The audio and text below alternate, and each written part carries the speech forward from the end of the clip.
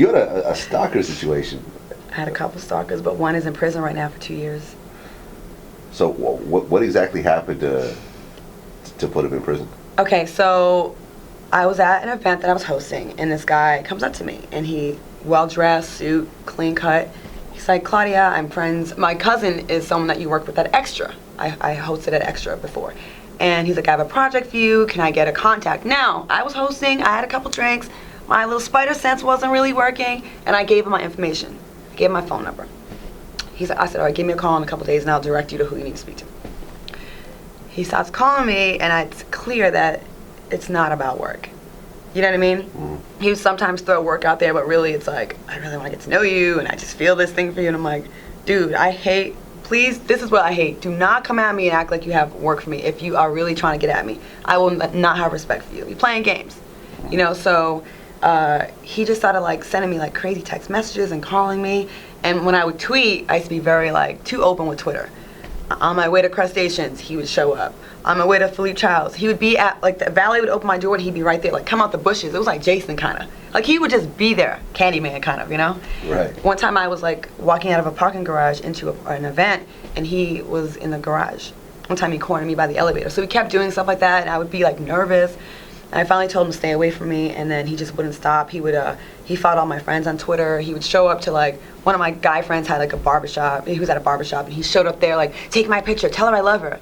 Anyways, he started calling my radio show and really saying crazy stuff because I wasn't responding. Now I went from being the love of his life to a bitch and a whore and, you know, all those other things, piggybacking off rumors and just...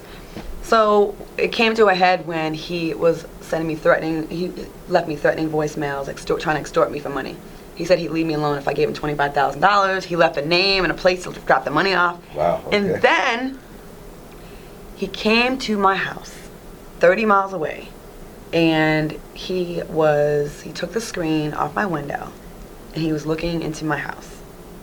And luckily I had company. A guy friend, you know, came over to visit me. I was cooking. It was daytime. It was like lunchtime. We were cooking. I was cooking in the kitchen. And he was a big guy. And I guess the stalker was looking through the window and he saw a man there. And he like sent me these crazy text messages. Oh, you're a whore. You have a guy over there. I'm like, thank God I had someone there, because if he drove that far to come to my house, what was he there to do? Right. He made some, you know, kind of references to raping me and to killing me. So, you know, it was really upsetting. I was having nightmares. I remember having a dream where I was like face down in my bed and I felt a gun in the back of my head. I felt the pop of the gun. Like, it was becoming where I was becoming a little paranoid. And I just couldn't sleep and I just couldn't relax. I slept with a butcher knife under my bed. So finally I contacted his family, the guy I worked with at Extra, and thank God that, you know, he didn't just take the side of his family member. He got the stalker and brought him down to a mental health facility, and then the police came and they talked to him. It was clear that, you know, we had an issue. So he violated parole. Oh. They gave him probation, and he came by my radio show twice again, gave letters, and, you know, he has this whole thing where he thinks he's King Tut and I'm Cleopatra and that we're meant to be, and he's like, how can I not want you? The scent of your blood attracts me to you, and you need a real man. And he was like mentioning Jamie Foxx's name, and I'm gonna get him for what he did to you. I'm like, what did he do to me? Like, it was really delusional and scary, so I had to let Jamie know. So when they went to this guy's house, they found like all this writing on the wall about me and Rihanna, so I guess she was next on his list. So I'm glad that he's away, so he can't hurt me or Rihanna or anybody else. So. Wow, was he doing this with Rihanna also? Or? I think he was starting to, or he was, you know, that was like next. So I think that's why people also love Jamie as well, because like, yeah, he has an Oscar, but then he'll get on stage in a club in Vegas and pour drinks down all these random girls' throats and have fun. Like, he's like forever gonna have like that childlike kind of enthusiasm for life. You know what I mean? Like, that's what, I mean, we go to his house. I don't know if you've ever been to a Jamie Foxx party, but it's fun, and he's still kind of like, I don't know, I guess he's just kind of like at the top of the world, you know, right now. Like, he's just having fun, and he didn't let that kind of change him.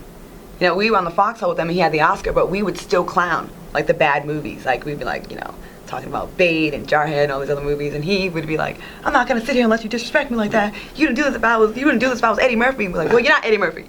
But he would like, he'd be cool with that, and that's why people love the Foxhole. Like, he still let himself be kind of accessible to everyday folk, you know, like, his whole crew was still kind of like that. Like, he didn't just, you know, win the Oscar and only hang out with like Tom Cruise and those types. Like, he still was with his heathen friends, me Right. included. So we were all still like, you know, down with them for a while.